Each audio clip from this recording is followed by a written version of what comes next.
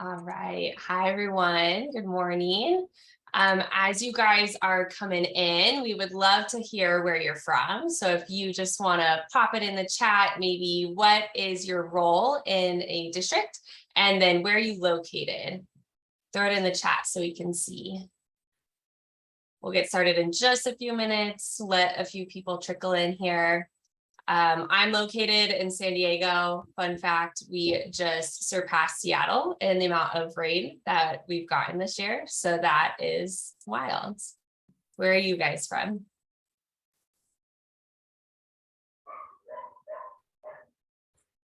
Katie, I think Katie's also in Southern California, so she understands the rain. I do this season. It is so abnormal. I'm in Santa Barbara, California. And I'm in Minnesota, so I would take rain over the snow and ice we've had this winter, but it's slowly melting and we're seeing more sunshine, so that gives us hope. That's fair, that's fair. Are you a skier, snowboarder, Melissa? No, we like snowshoeing and cross-country skiing, so. Oh, okay, those are fun. You gotta pick something to enjoy about it if you have long winters like we do. There you go. Gotta find a way to get outside. Right. Awesome. Well, we'll go ahead and get started. People can trickle in here as we're chatting. But my name is Camille Verity. I am the Education Services Specialist here at Bluum. We are so excited to have you guys here today. I will be moderating the chat. And so if you guys have any questions as we go along, feel free to go ahead and throw them in the chat, or you can throw them in the Q&A. And we will make sure to get Dr. Katie and Melissa's attention and get your questions answered. We will be recording this session as well. We will send you the recording and the slide deck afterwards.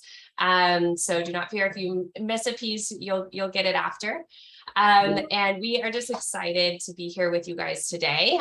We have an awesome topic and some really great speakers. So we are going to be talking about how to use EdTech in a way that will enhance SEL practices. So with that, I'm going to pass it over to Dr. Katie and Melissa. Thank you, Camille, and good morning or afternoon to everyone, depending on where you are. We're so pleased to be joining you this morning for this important topic. Welcome to all of you.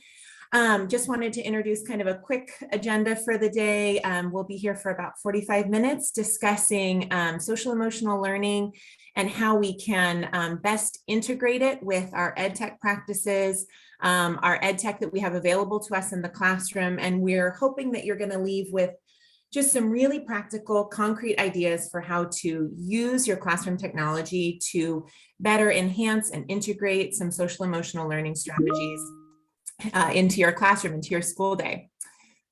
So I'll begin with an introduction for myself. I'm Katie Larson, joined today by Melissa Black. I'm the senior researcher and education strategist here at Bluum. And prior to this, I've spent my career in public education. I was a school psychologist for many years, and prior to that, a special education teacher. So I still consider myself an educator through and through. That is the most important thing to me. And especially in our current context, I'm finding that this social emotional learning is just, as important as ever. Melissa, will you share and say hello? Yes, thank you. Well, my name is Melissa Black, and I'm on the professional development team at Bluum.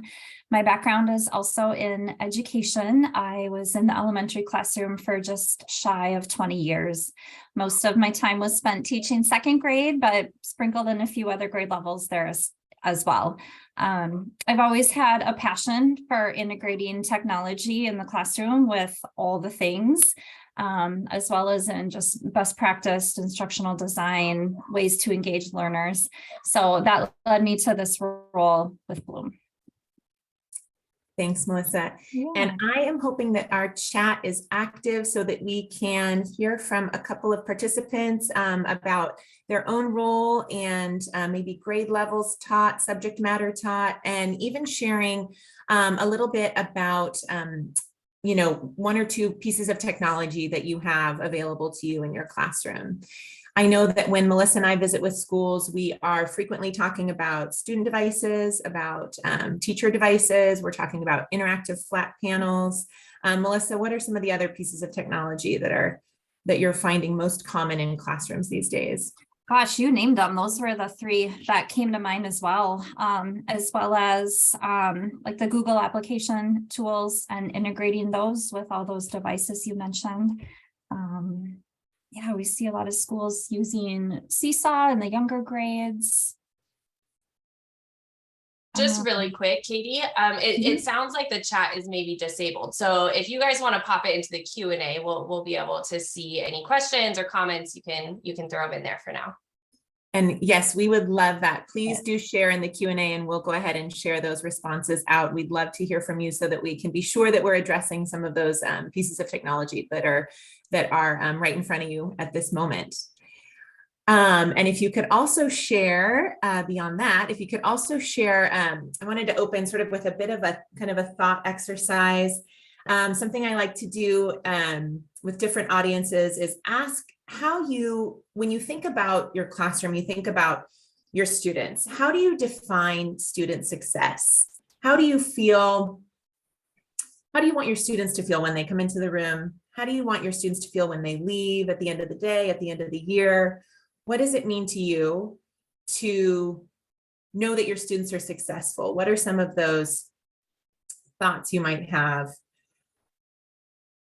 When I ask this question, and I ask it of you as a teacher and also as a parent or an administrator, whatever role you might be, one of the many roles that you might be operating in your life, I usually find that academic achievement, while on the list, is not usually the first or second or even the third thing that a teacher or a parent or an administrator mentions. Usually what I'm finding is people are mentioning, emotional safety. They're mentioning a sense of connection. They're mentioning a sense of belonging. They're talking about students feeling empowered, feeling like they own their own voice. Does that resonate with you? So while we know how important academic achievement is, and we are never going to leave that behind, what I want to emphasize is that when we think and talk about student success, we are talking about so many more things. We're talking about teaching the whole child. So we're talking about physical safety, and we're talking about feeling a sense of support and belonging at school, positive school climate. We're talking about health and well-being. We're talking about emotional safety, the willingness to take risks and feel brave in the classroom. When I was teaching, that's how I felt for my students. I wanted to hear their voice. I wanted them to know that they were safe in my classroom, to make all the mistakes that they wanted to fail and fail often and fail well. I forget who said that great phrase, and fail in an effort to keep moving forward and not lose your confidence and your sense of self as you're making those mistakes. And all of that to me is social emotional learning and social emotional well-being. So the focus of our time here today is how can EdTech support and enrich the SEL experience? And we want to draw out for you some of the connections and natural integrations between social emotional learning and education technology. I love this quote. It talks about, this is a report from the World Economic Forum. So not just here in the States, but globally, education technology has the potential to play a pivotal role in fostering SEL efficiently and cost effectively to complement and extend the learning experience. Tech can mix the physical and virtual worlds and facilitate interaction and connections.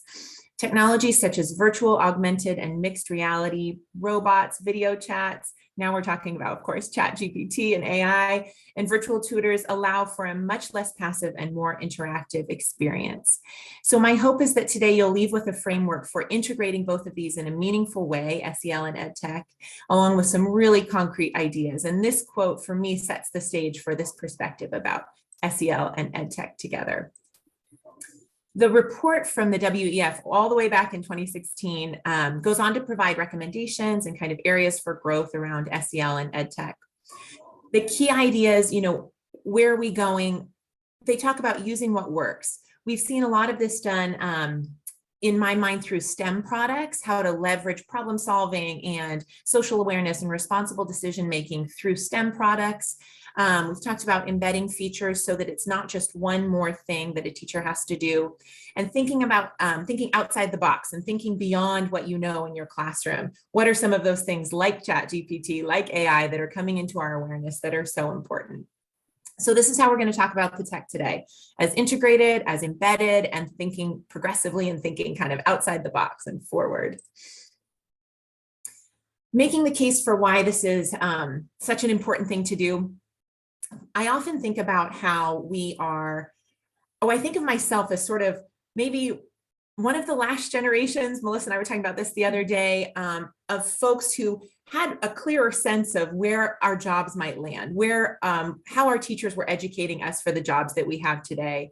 But I know so frequently today we are educating our children for jobs that don't even exist, that we can't even imagine what they might be doing in the future. 5 years from now, 10 years from now, what are those jobs going to look like with the advances in technologies, just rapid fire advances that are really impacting our educational setting. So this little chart that you see here is summarizing a study from the McKinsey Global Institute in 2021, looking at the future of work in really great detail. What kinds of jobs that will be both lost and created as technology takes hold, such as AI. So this study shows that while the need for manual skills will decline, the demand for technological, social, and higher cognitive skills will increase. They identify 56 foundational skills associated with a higher likelihood of employment, higher incomes, higher job satisfaction. And I want you to take a look at this and consider how many of these are specifically related to SEL. In past years, I've heard social emotional skills being referred to as the soft skills. And I love how this study in particular and this summary of these 56 kind of foundational skills rebrands it a bit as not just soft skills, but enduring skills. These are skills that we are going to need, that our students are going to need over the course of their lifetime to be able to be successful in the job market, in society as they move forward. If you're able to share in the Q&A or in the chat, I'd love to hear which of these remind you of SEL, which of these have some of the same language or same ideas, and maybe Melissa, you can look through them with me as well. Quite a few of them jumped out at me as almost, plucked right out of my SEL curriculum and put here. But what jumps out to you, Melissa? Well, the first one is empathy in that interpersonal box on the upper right. Gosh, so many of them. I'm looking in the self-leadership box. I'm seeing, integrity, self-motivation, self-confidence, self-control, regulation, all of those things. We know all of those skills are so important and necessary to have success with the academic tasks and the other things that we're faced with in the classroom, as well as just in life. Absolutely. And if you can kind of even make a mental note of this and map it right onto this really familiar social emotional learning model, the CASTLE model. I saw self-awareness on the page before. I saw social awareness, stress management, self-management, and how do you manage yourself in social situations, in interpersonal dynamics, coworkers, with colleagues. So this CASTLE wheel, the Collaborative for Academic and Social Emotional Learning, I have a feeling that many of you are very, very familiar with this wheel. CASTLE has been around for almost 30 years, doing a lot of pioneering research and work about social emotional learning in the school setting. And this is the framework that we're going to be kind of referencing as our core framework. I've seen a lot of other frameworks use synonyms, but it basically comes down to knowing yourself, managing yourself, knowing and understanding how to work with others, the interplay between the two. And then we added things like responsible decision-making. I've seen others add things like empathy, gratitude, grit, perseverance, resilience, and things like that. So just by way of a quick reminder, I know many of you are familiar with the research surrounding SEL, but I think it's always important to remember our why we push SEL skills, why we talk about them, why we reinforce them. There is a tremendous literature base supporting the positive effects of social emotional learning. among many, many studies, a very large scale meta-analysis examining data from over 270,000 students showed us early on that those that participate in SEL programs show significantly more positive outcomes, not just in better SEL skills, but a more positive attitude towards school, positive social behavior being observed in the classroom and at recess, and better academic performance. These students demonstrated an average of an 11 percentile point gain in achievement, suggesting that SEL programs can significantly improve academic success. And that's what we kind of come back to as educators, is knowing that these skills are tied directly to our work in the classroom. But what are some of the things that get in our way? What are some of the barriers for integrating SEL? This study was by EdWeek in December of last year, showing that teachers' biggest challenges, especially coming out of the pandemic, is that they don't have enough time to sacrifice away from academics. So they feel really focused on the learning loss, on the learning interruption, and then followed closely by insufficient professional development related to SEL. And one that I heard really frequently as a school psychologist is that the students' social emotional needs just felt far beyond a teacher's scope. And it felt like, gosh, this is not what I signed up for. This does not feel like my job, to be able to address some really severe mental health issues that kind of came out of the pandemic. So, we can't ask our teachers, of course, to be everything for everyone at all times. And I'm never advocating that teachers should be a primary mental health support in schools.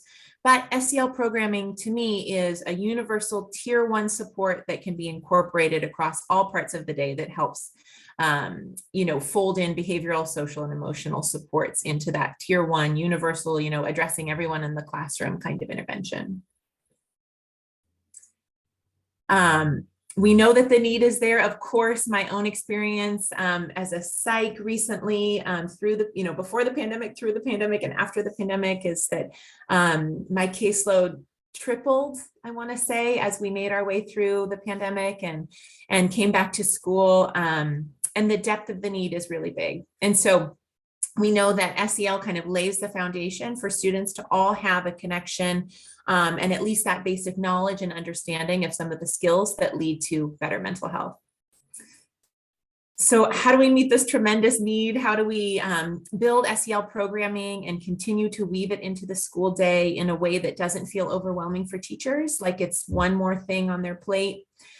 And when I consider education technology, a lot of those same questions come to mind. How do we build a learning environment where EdTech is integrated, where it doesn't feel overwhelming, where it's not just one more thing, but in fact, it begins to take things off of a teacher's plate. It makes them more efficient, just like great SEL. It saves teachers time, allows them to engage their students and increase their depth and breadth of learning. And so what I wanted to introduce today, if you're not familiar with it, is turning to some really concrete strategies. The 3 signature practices that come out of CASEL are really concrete, practical ways that you can incorporate and broaden your implementation of SEL strategies throughout the school day. And I should note they are successful with kids and adults. And these practices kind of weave together different core competencies that you saw in that interior part of the CASEL wheel in a way that can be incorporated anytime on campus. And not so coincidentally, they're really excellent opportunities to leverage EdTech. So we're going to talk about welcoming activities, we're going to talk about engaging strategies, and we're going to talk about optimistic closures. And Melissa's going to share with us just some awesome, really practical ways that you can incorporate this in your classroom. So let me start by introducing the welcoming activities.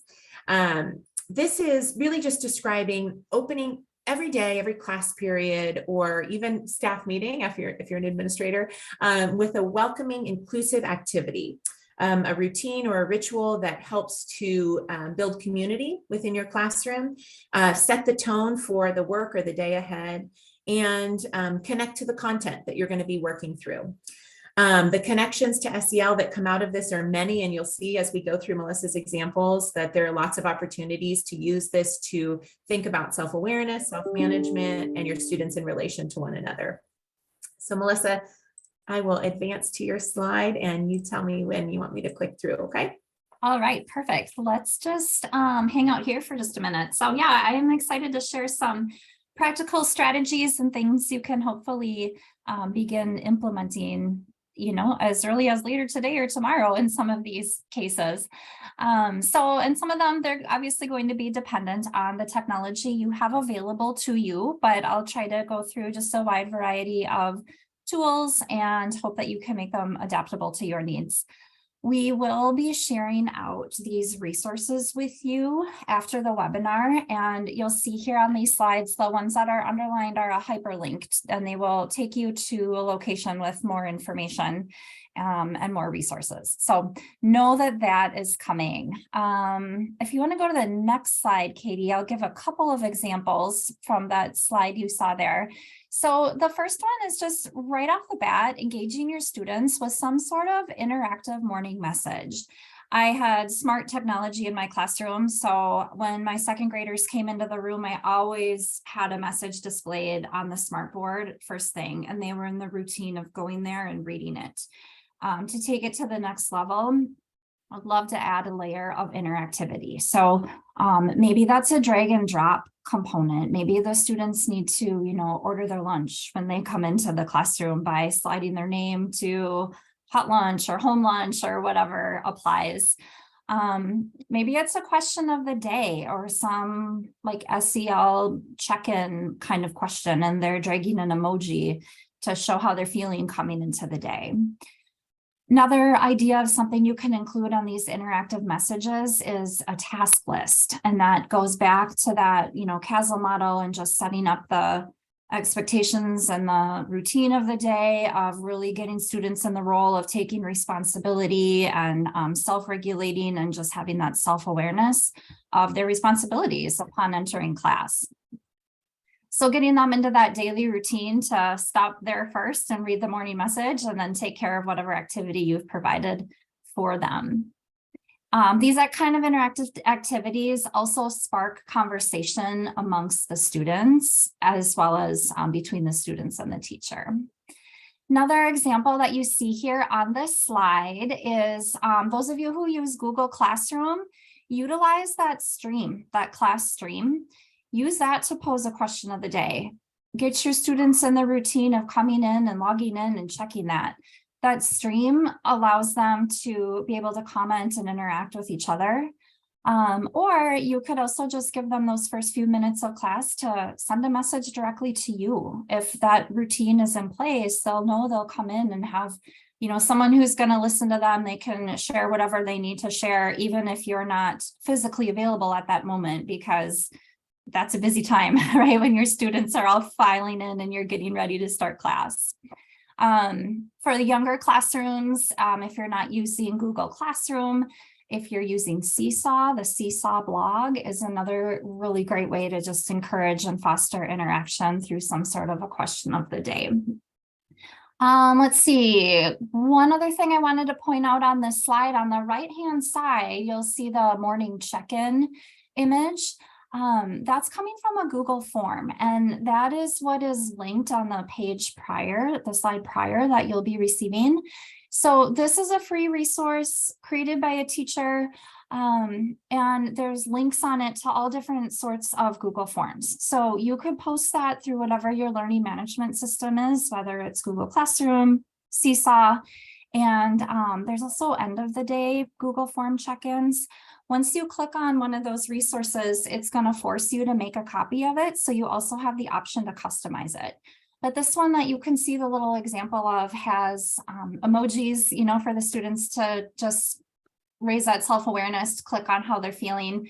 Further down on the form, there are some little short answer questions like, do you have any questions for the teacher today? Is there anything you need help with today? And so forth. So just another way to give students that moment of pause for self-reflection and then an opportunity to communicate with you. In this case, these Google Forms would come in privately to you, the responses would, and then the teacher could follow up throughout the day as time allows. There are some other resources and ideas on the slide prior with links that I'm not going to go into in detail, but for those of you using smart products, the Smart Lumio has a really great suite of SEL tools to build emotional literacy. And then there's another cool product I encourage you to check out through the link called Focus Calm, which is a STEM product that's actually an EEG headband that has games to train your brain for better focus and a calmer mind. All right, we can move to the next one. Great. So with respect to engaging strategies, this encompasses two main categories, brain breaks and transition techniques. So brain breaks can help us to anchor learning, to regain focus, to enhance creativity. And transition techniques help students successfully shift from one learning experience to another. So the brain breaks are really important, especially those of us who have worked in early elementary know that I think there's what is the little shorthand about a student, the length of their attention span is about 2 to 3 minutes per year of their life. So a five-year-old's attention span is about 10 minutes, 10 to 12 minutes, and so on and so forth. And I found that it doesn't change that much as you go through the middle school and high school years. They can benefit from brain breaks just as much as their early elementary counterparts. And then for transition techniques, these are opportunities to make a notable and clear shift from recess back to math class, from English going into science, resetting expectations, taking a moment to prime students and to give them just a moment to settle and move into the next learning space. There are really opportunities to, with the SEL focus, engage kids and personalize their learning using, their interests, their passions, their cultures, using, personal examples or personal interests to kind of help make that transition or use that to foster and facilitate a brain break. And brain breaks really support self-awareness, self-management, stress management. They can be times for kids to connect with one another or to connect with you.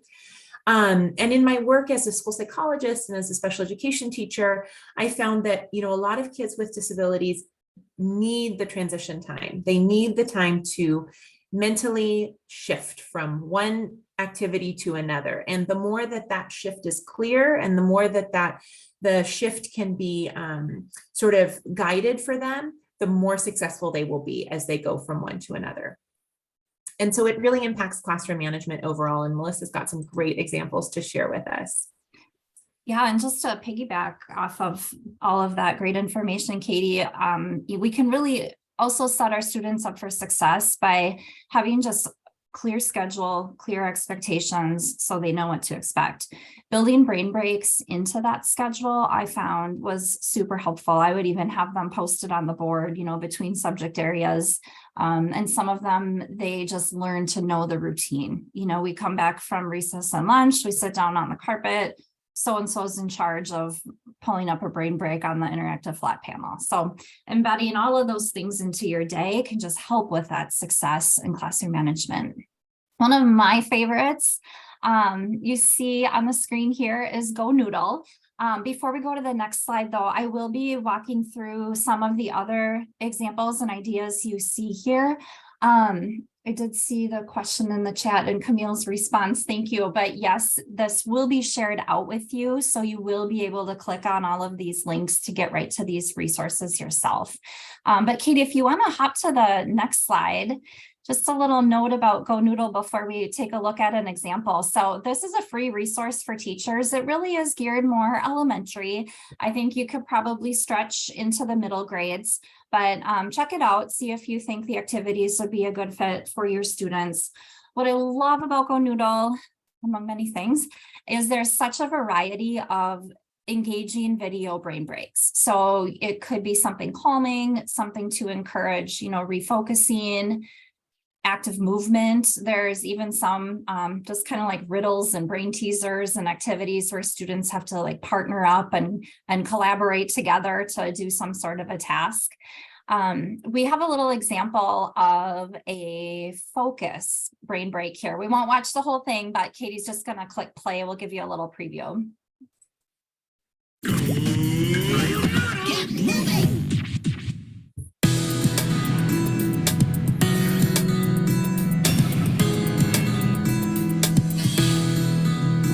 Staying focused on what you are doing can be so challenging, but when you harness the power of your attention, it can make you stronger and more capable to take on your day. Stand steady in mountain, with your feet about hip-width apart, your shoulders relaxed, and your palms facing forward and your body tall. Shift your weight onto your left foot and slowly lift your right leg off the ground. Bring the sole of your foot onto the inside of your leg, either below or above your knee. Yeah, so Lift your arms. Example. Thank you, Katie. There's a little example. I mean, wasn't that intro music and just her voice calming to begin with? So really great way. And sometimes I would even utilize one of the more active Go Noodle brain breaks followed by something like this, then to just teach the kids, like, we can come down from an active, high energy activity and get focused and ready to learn again. I also love that Go Noodle, or, being able to just pull up a brain break on an interactive flat panel or whatever your display system is, just provides a couple minutes of pause for the teacher as well. And I encourage you to just find the balance. Sometimes I would hop in and do it with them just to show them adults need that time as well to refocus or to just take a little movement break. But sometimes it provided me an opportunity if I needed to check in with somebody one-on-one, if I could tell, someone was having a hard time or something like in a whole group lesson, we could pop on a brain break so I could just have a moment with that student. Let's see, another thing you see on this slide here on your screen is called Classroom Screen over on the right-hand side with the hummingbird. This is another free resource that is available. There's also a paid version, which would give you some more features, but everything that you see in the example on the slide comes from the free version. So Classroom Screen provides a variety of tools to stimulate engagement. And I've worked with teachers in schools who have this bookmarked or pinned to what, their interactive flat panel so they can access it easily. But some of the things you see on there, there's interactive dice. You can customize how many dice you want to show up in that little widget. There's a noise meter, and there's different settings of how you can set that to help students with that self-regulation during work time, as well as collaboration. They're all working in that same classroom, and what should the noise level be at? The little icon where you see Ask Neighbor, that came from a variety of visual cues that are available. So you can provide a cue like that to help your students know, is this an independent work time? Is this a time to work with a partner? Or is this a time where I could ask a neighbor if I have a question? Couple other widgets you see there. There's a poll kind of above the hummingbird's wings. And even with the free version, students can access polls if they have a device. And across the very top of your classroom screen, when you have that set up, there's either a website with a code that they would go to access the poll that you share, or there's also a QR code that you could pop up into a larger version and students could scan it. There's some ready-made polls in terms of, how are you feeling today? How did you feel about this lesson? And so forth. You can also customize those questions. And then there's several different options for timers on this classroom screen as well. And I only highlighted, let's see, those 5, but there are a whole lot of other options to stimulate and engage your students with that free tool. And then the last 2 engaging strategies that I wanted to highlight with you are a couple of apps. You've maybe heard of Calm or Headspace. Now, I was just digging into this before we got started this morning, and they both provide some free access for teachers. So you will have those links available to you, and I encourage you to check them out. I noticed specifically with Headspace, you get free access when you sign up with a school email address, and they provide their resources out free of charge for K-12 teachers. From what I could see from Calm, they had some limited resources available to teachers for free. But what really caught my eye is they had 30 different mindfulness videos just there and available to you. That would be a really great thing to bookmark and just to be able to pull up as an option. There's options for subscriptions as well, obviously, but these would be helpful to install on student devices as well as to just pull up for the whole group on an interactive flat panel.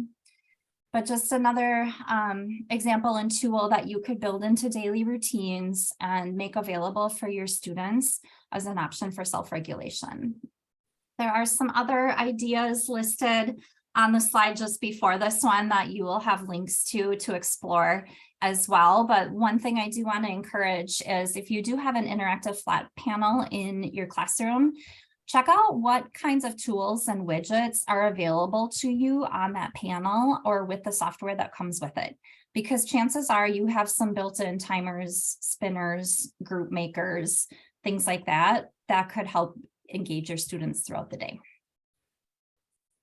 Thanks, Melissa. I love all these strategies, and I love, especially as I'm thinking through kind of the lens of a psych, all of the visual cues that are available, rather than, a teacher saying, okay, we have 5 minutes to do this activity, or we have 2 minutes to do this break. To be able to have just a visual reminder contributes so much to classroom management overall. So these are great. Thank you. And hopefully you all are starting to see that these can be applied at any point during the day. When your kids just need a minute, when they're coming in from a busy recess, or you've just had a test, or you're just about to take a test. These are not, this isn't meant to be like SEL. This is our SEL time, on Thursdays from 12 to 12:30.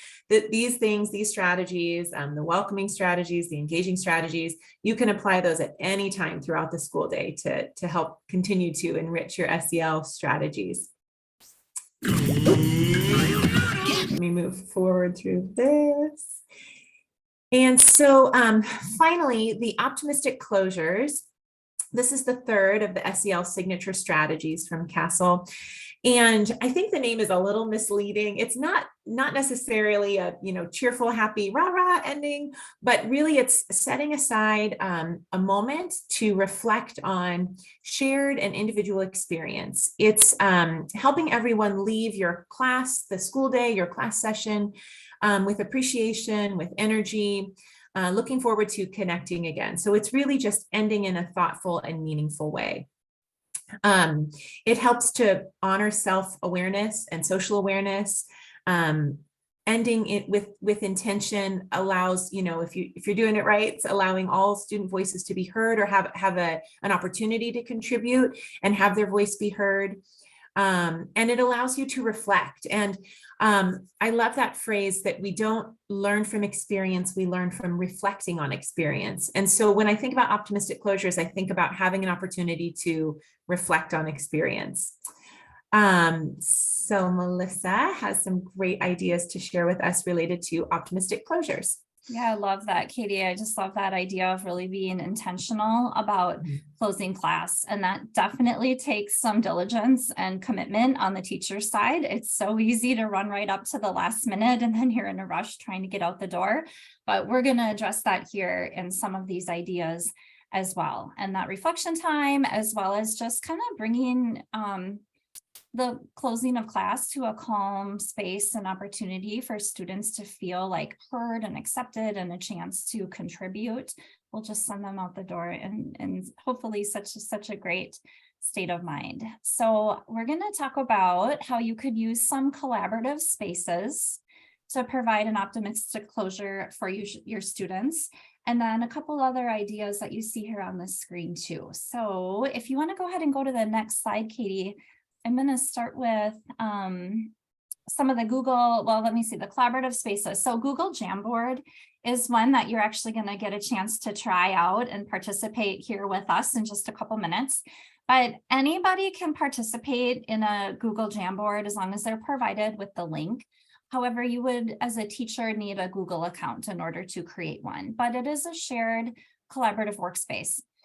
Let me back up for a minute. These collaborative spaces are a great way to do an exit ticket sort of activity as an optimistic closure. So maybe you're posting in one of these collaborative spaces and asking your students to share out something they learned, something they're excited about, something they're looking forward to, a gratitude, a question they still have. It gives your students that moment of reflection, but also very valuable feedback for the teacher. We can use that as teachers to help drive that next step. whether it's with, instruction or something that needs to be addressed social emotionally within our classroom. What I also love about these collaborative spaces and using tech tools to get our students collaborating is it really provides opportunities for all students to have voice. Even those reticent students who aren't as willing to raise their hand and contribute or come up to the board, and share something. It just feels kind of safe for them to have their device and to be able to contribute in a space like that. So we talked a little bit about Google Jamboard. There's another freebie out there called Padlet. I used this one a lot when I taught third grade all online. That year we were all distance learning, and I used it a lot to just give students a space to share out either, photos of something they did over the weekend or spring break. I also would create birthday Padlet boards, and you can go into the settings with your free account and set those up in different ways. But, whoever was celebrating a birthday that day, I would create a Padlet for, send that link out to my students, and then they could contribute. And when you see on this slide here, the one with the red background is an example of a Padlet dashboard. But students could upload a photo, a video, they could even do a drawing for their friend. And then the teacher has the option too, in terms of, do you want to allow comments back or reactions back for students? So that Padlet is another really great free space. Let's see, a couple others I want to point out. I'm going to jump to an idea for our middle and high school teachers as well. So, and this came from another colleague of ours too, who used to teach at those levels, but he coined the phrase clopen, which comes from the words closing and opening. So for our middle and high school teachers, that end of the class period leading into the next class period can be just a very busy, maybe even anxiousness producing time for students as well as teachers. So just the idea to get yourself and your students into a routine of having that be a calm transition. So this teacher shared the idea of displaying a 3-minute timer. I have one linked in here on this slide. I don't think we need to hit play, but I just found it on YouTube, and I found one that also had a calming sound background. It's kind of an under the sea kind of theme. So the idea would be, with the last 3 minutes of class left, pop up a timer like this and get your students into this routine. For that first minute that timer is going, get packed up and ready to go. That second minute can be a time for some quiet reflection. Maybe they're responding on a Google form. Maybe there's an emoji drag and drop activity on your interactive flat panel before they walk out the door. And then for that third minute, switch over to displaying something calming, such as, we talked about Headspace, Calm, Go Noodle. You can also just search YouTube for breathing bubbles. The other video here I happened to find came from Calm. They have some of their videos available on their YouTube channel. So even if you don't have an account, you can find some things like that there too. And then pair that with turning the lights down. And as that one class is exiting, that next class is then walking into that calm environment. Lights are low, there's some calm music going, maybe there's the breathing bubble still going as those next students are walking in. So I just love that. I thought that was really great. Thanks. And there's other ideas on that previous slide too that you can explore. Great. Forward through these. Okay, so we've got just a few minutes I think we can take advantage of. Melissa, will you explain this Jamboard activity? Yes, and I just dropped a link in the chat. So those of you here with us, if you are willing to hop into the Google Jamboard, this is going to just give you an example or an opportunity to experience an optimistic closure with us. So you will see we've created this shared space for you to hop into. I'm going to open mine here too.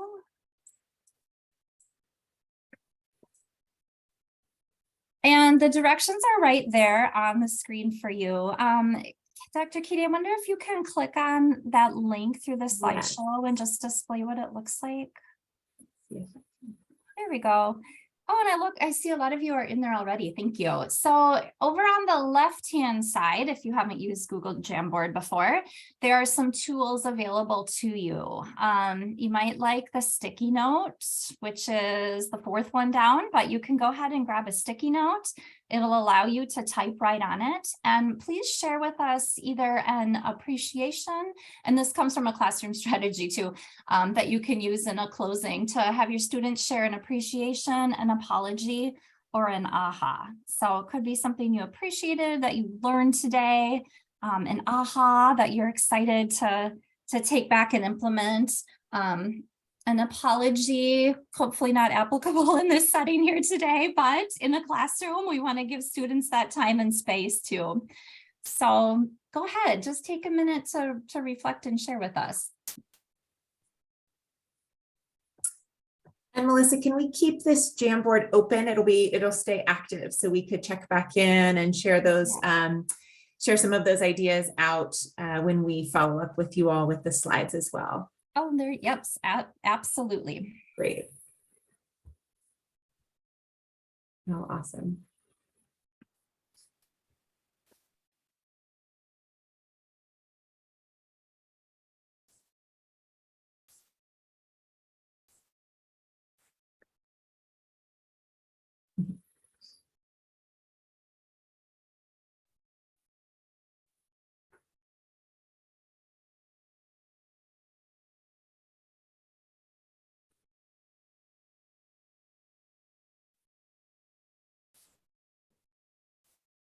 I love the flexibility within this task to be able to use an image, to be able to write if you want to write a sentence, to be able to, drop in a picture, an appropriate picture, of course, or an emoji that might work, and to be able to kind of cater to all the different kinds of learning styles and comfort level of each of your students so that they can all participate and, again, have their voice be heard. That's really what we're going for with this optimistic closure. So we'll leave this open, and we'll maybe grab a little screenshot of it to share out with you, but I want to be mindful of your time as we close here today together. Oh, love it. Great. Thanks for sharing. Okay. And so finally, we wanted to make sure that you're aware of some of the resources, some additional resources and collaborative spaces where we continue to share resources, not just related to SEL. Melissa, I know there's quite a few resources available through our Facebook page. Yes. And not just related to SEL, but more subject matter as well. Yes, yep. So we invite you to follow us there and join in the conversation. Please do. And this will come out to you on the shared slides as well. And then finally, we just wanted to thank you for spending the morning or part of your afternoon with us. If you could take a moment to go to this survey quickly and let us know how we did. Let us know how the information sat with you, if it felt relevant to your classroom experience. And if you would like a certificate of participation to show that you've spent this time with us and perhaps use it for any kind of professional development or continuing CEs that you need. That'll be available to you, and we will follow up with you with all of those. So thank you so much for joining us this morning today and sharing your time and your attention. And we hope that you are taking away some great strategies and some things that you could maybe turn around in your afternoon classes and use. Have a wonderful day. Thanks, Katie. Thanks, Melissa. We'll stick around for just a couple minutes in case you guys have any questions. Feel free to pop them in the chat, or we'll be here to answer them. But we will send that follow-up email with the link to the slide deck as well as the recording, so you have access.